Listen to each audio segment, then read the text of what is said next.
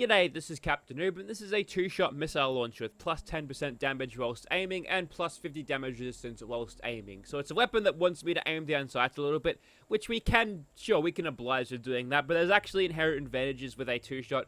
If you aren't hip firing, if you want to spread your two projectiles out as far as possible to cover the most ground with splash damage, we can do that. But on the flip side, if we want to be a little bit more precise, we're going to get rewarded for that in a little bit of resistance, a little bit of tankiness, and extra damage, which if it's 10% stack multiplicatively, then right now we're getting an extra 79-ish damage out of that, which probably won't be reflected in the damage numbers that we actually see from this thing. But it's a pretty sizable bonus considering what kind of damage we can get with this new shitty additive damage model.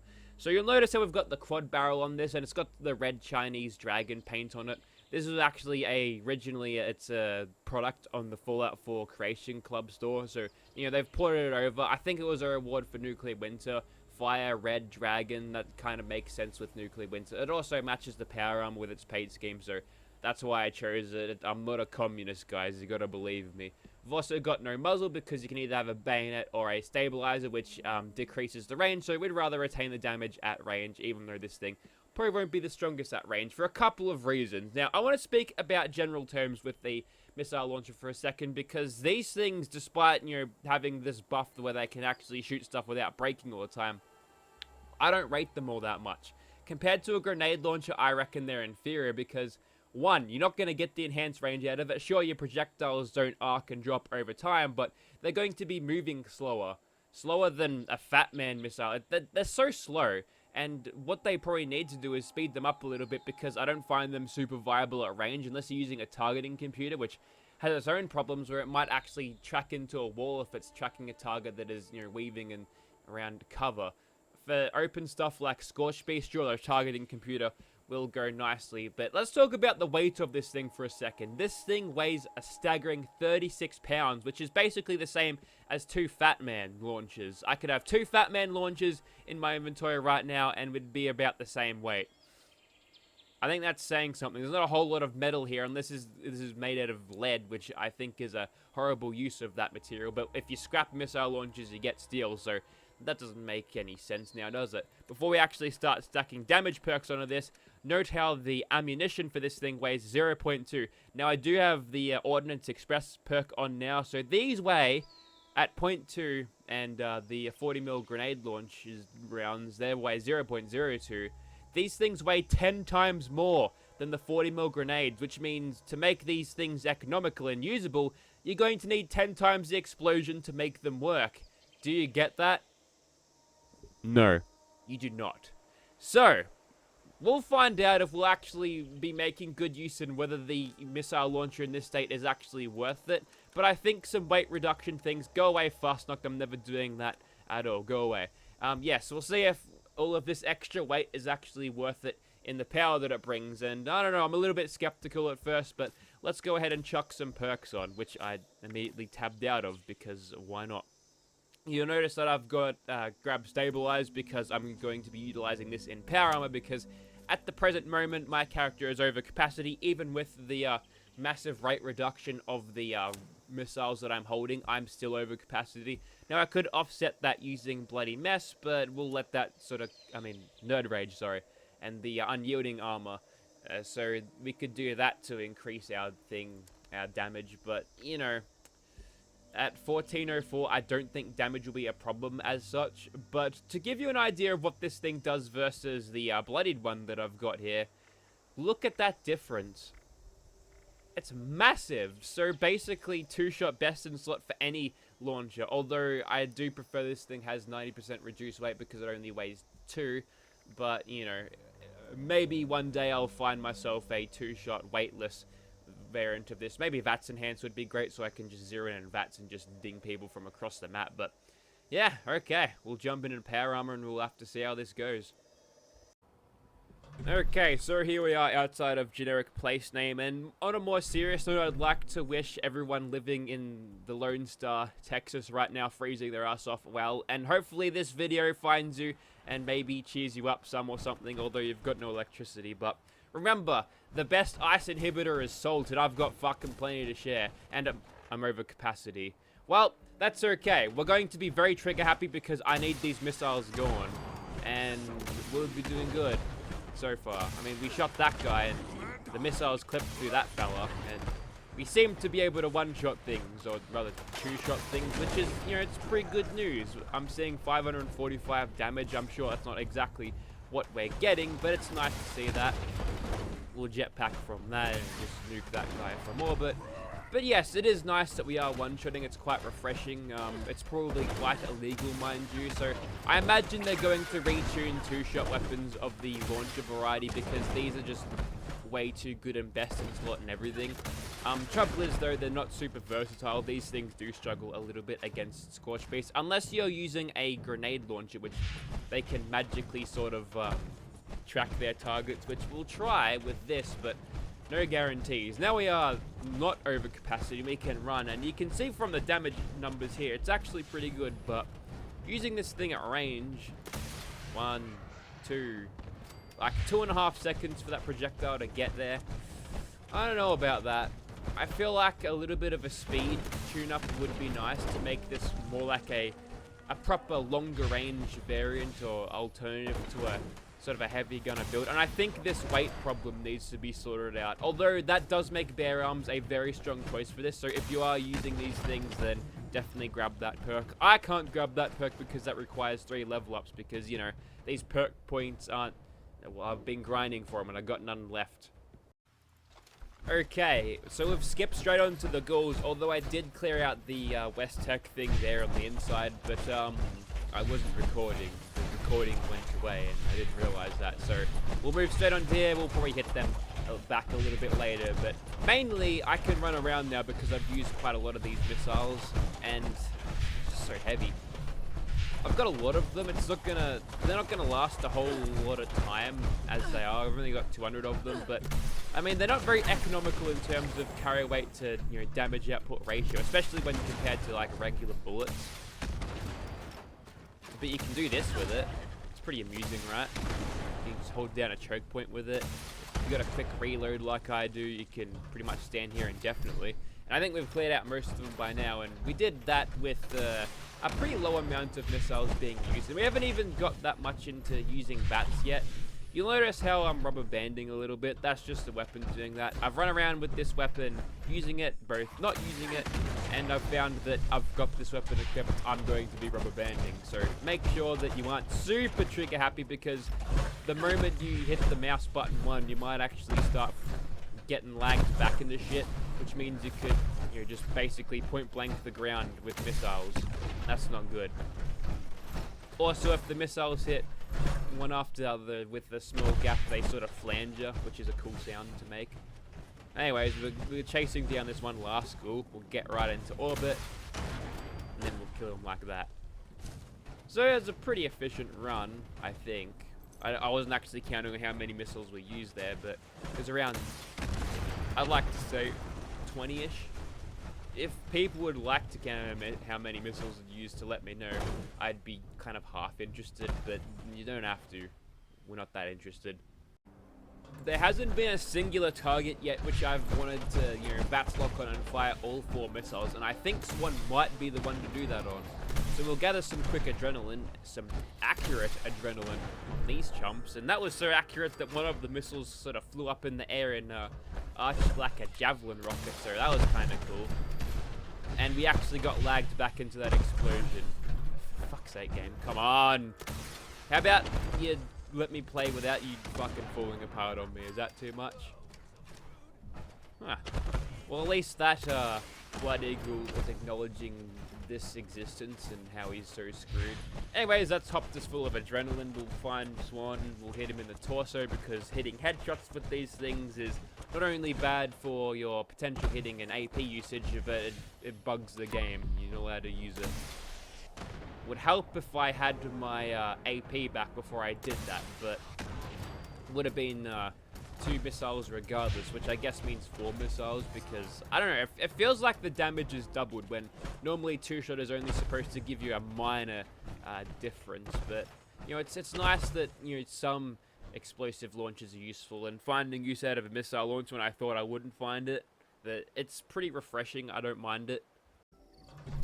I think if it didn't have all of this weight issues, this thing would make quite a strong secondary launcher type weapon that you'd use in maybe dire situations when you find there's like a Milo King running at you and you want to fire 4 missiles at it very, very quickly. But yeah, I still think that it's less viable to use in a grenade launcher simply because, I mean, the weight of it. That's kind of the biggest issue here. The elephant in the room. It's a heavy elephant. That's the issue about it. But at least we can get some mad splash damage on these chumps, right? Split up the damage nicely. That's a savage Milo. I'm gonna whack him. Get him. Yes. Took some damage over time there. Didn't kill me though, because I wasn't at 20% health, so things are pretty good. That gives us a little bit of extra adrenal reaction, giving us 2300 damage. It's, well, I don't want to use the turtle word, but it's pretty powerful. Right, shoot this fucker. Oh, there we go. They're doing the thing again where they are useless. Yeah, it's pretty standard. Probably a better idea just to bounce splash damage off the ground here whilst we dodge your attacks. Keep in the air so we don't take any of that splash damage. How are you doing, by the way? Almost there. Might have been a better idea to go for center mass here. Wait for our AP to come back a little bit. Almost got spat on just then. And torso. For a staggering 1 damage, we took her out. So we probably could have finished off with bashing again, right? Wrong! No, the thing's wide here. It's a well-known fact. It's kind of cooked at the moment. Oh. Matches a lot of other things in the game. Could bash that one to death, though. Yeah, sometimes the 2-shot have, like, the double bash numbers show up, but whether that actually gives you extra damage is up for debate. I don't think it does. It just might be a visual thing. Anyway, it's time to put a targeting computer and turn this thing into a stinger. So I've just whacked the targeting computer on and the weight has shot up to 43, so now we're in excess of of 2 fat men. This is heavier than 2 fat men. Also, the black blast of these 2 missiles are going straight into the targeting computer. This is some really good design. This is not a revolving tube, unfortunately. Unless it is. It could be. I don't think it is. I don't think it is at all, but if it was a revolving tube, then that'd be kind of cool. I mean, the best way to test that is just to do this. No, it's not a revolving tube. The back blast is going into the targeting computer. That's good.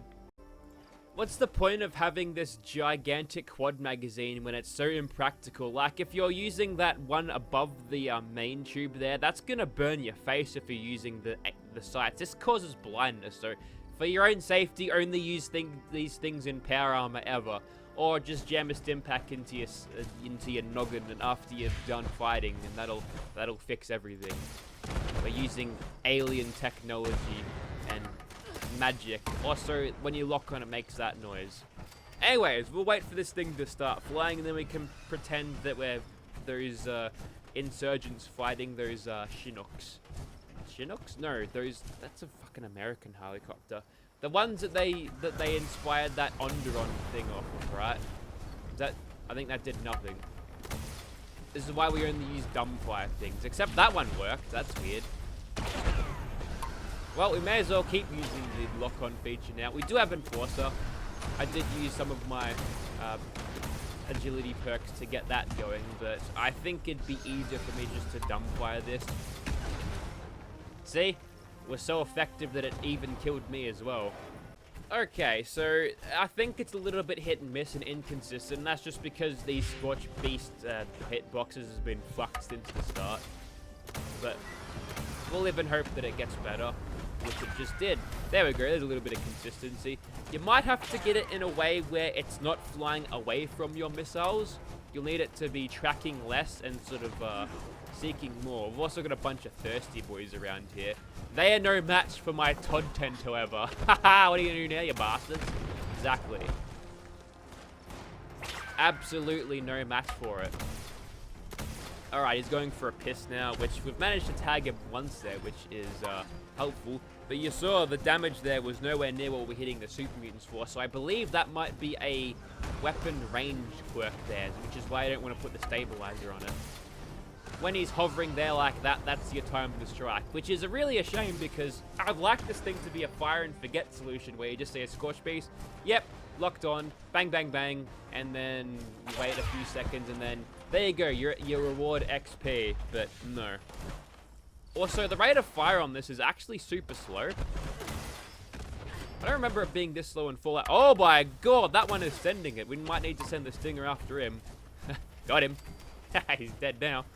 Righto, we still got over 100 missiles here, which I guess means it's like half our more efficient, right? I've kind of been pissing these away because, well, why not? And one of the things you can do with the missile launchers, if you require a target, and the game will let you know, is you lock on, you find something. Come on, game, give me anything. Anything! A fucking mole rat, perfect. That's exactly what I didn't want. I wanted something at a distance. Anyways, that's time. As soon as you finish reloading it. Oh, it's the slow reload because I didn't do this. So, whoops. Anyways, far target. Bend it like Beckham. Haha, fuck yeah. That's awesome. I love doing that. So that's a thing that you can't do, that you couldn't do because your weapons were so terrible, but now you can do. Although, within reason, if they're too close, the missiles won't curve around enough to actually apply the splash damage properly. So, you know, do that, style points in. You know, play it down a little bit. Don't do it all the time. Be smart about your rockets because, you know, these things aren't cheap to make. They require massive resources. All the better for you to grab Ammo Factory, which I am 100% behind using that perk if you are using some sort of explosive solution like this. Oh, huh. Alright, we'll have to go a little bit higher. Alright, we got a lock on there. There we go. Got him. And we even got some Todd points for that even. Oh, even better. Okay, now to re-record West Tech. Let's try to do it without dying. I might pull the targeting computer off because that'll probably just let things things will just go into the wall. And I think we got some use out of, may have got some synergy out of the Hitman's perk there, but look, I think I've been putting that on the back burner the whole video. I haven't been aiming down sights with this enough to actually use it, and that's kind of a thing, right? Because with a two-shot weapon, you want to be aiming down sights normally for, you know, decreasing the spread, but you want the spread on this thing, unless you're targeting at extreme ranges, which this thing isn't great at anyway, because the missiles are too slow. But I suppose if you want to extend the range out a little bit, just grab the targeting computer, but then your close quarters operations of this thing is munted. But that's okay, because it's not a great close quarters weapon anyway. Anyways, some green people need to die. People. We'll kill them, and then we'll call it a video. Okay, Interior West Tech, take 2, huh? Let's see how we go. Now, I said I'd take off the targeting computer, but it's still there. And we've got power armor, so we can take the hits. Not from ourselves, but from other people. People again, no. They're not people. And here's where I don't want to use the targeting computer, aiming down sights. Bad idea in here, so we won't be using too much of this Hitman's, or is it, no, it's not resilient, it's sort of defiant. It's a Far Harbor thing. I can't remember the prefix name, but I rarely admit the third legendary effect name anyway, because people were like, what the hell are you talking about, mate? People don't even understand Lucky. That was too much for people to understand. Like, a lot of the knowledge from Fallout 76, you can, like, if you've ever played Fallout 4, then you know what's going on. We're also at 10% health, so Nerd Rage is active if we've got that equipped. We certainly do. Full adrenaline at Nerd Rage, 2700 damage.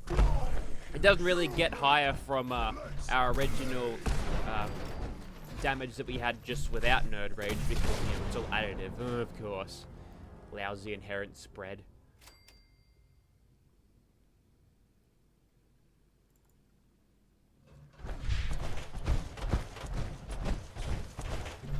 Well, there's a dog there. We'll help him over the fence. See? He got over. There's a joke there. How did the mutant hound get over across the fence? Well, it turns out he was shot by a missile launcher. And the punchline is not that funny. What do you expect? I'm a roofer, not a comedian. So we can aim down sights, but as long as we don't lock onto something, I think we can unequip the weapon to immediately break the lock if we have it. Although I feel like there's got a possibility of leaving the diamond there. We'll see what happens.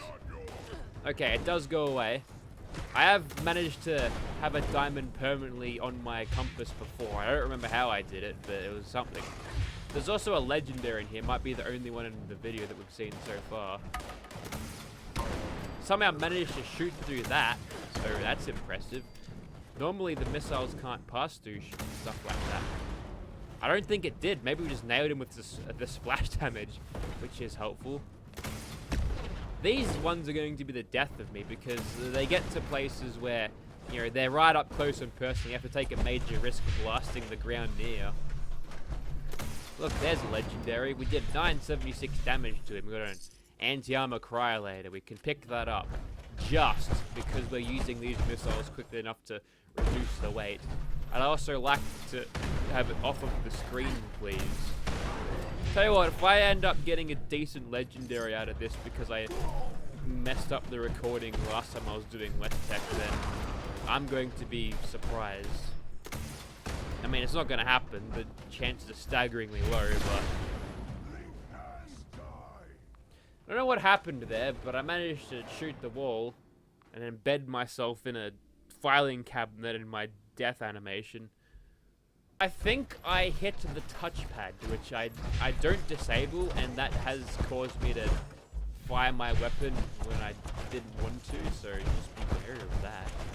Sometimes I ram my mouse into the side of the computer like this, but luckily on this occasion that's the case. It's a really bad idea bringing a grenade launcher or anything like this into here, especially a two-shot variant. Even with a dense chest piece, I don't think you can tank that punishment. Dense and fireproof 2 active. Gotta stand close enough to it now.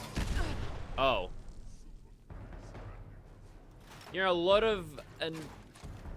Really? Okay. Get closer to it, then it'll sting you a little bit more. But that's totally more survivable than... I mean, there's got to be a limit, but you don't do a whole lot of damage to yourself when you do that, and we're not over capacity, so yay. I probably should have recorded most of this outside of Power Arm because the dense chest piece probably would have saved my ass on multiple occasions.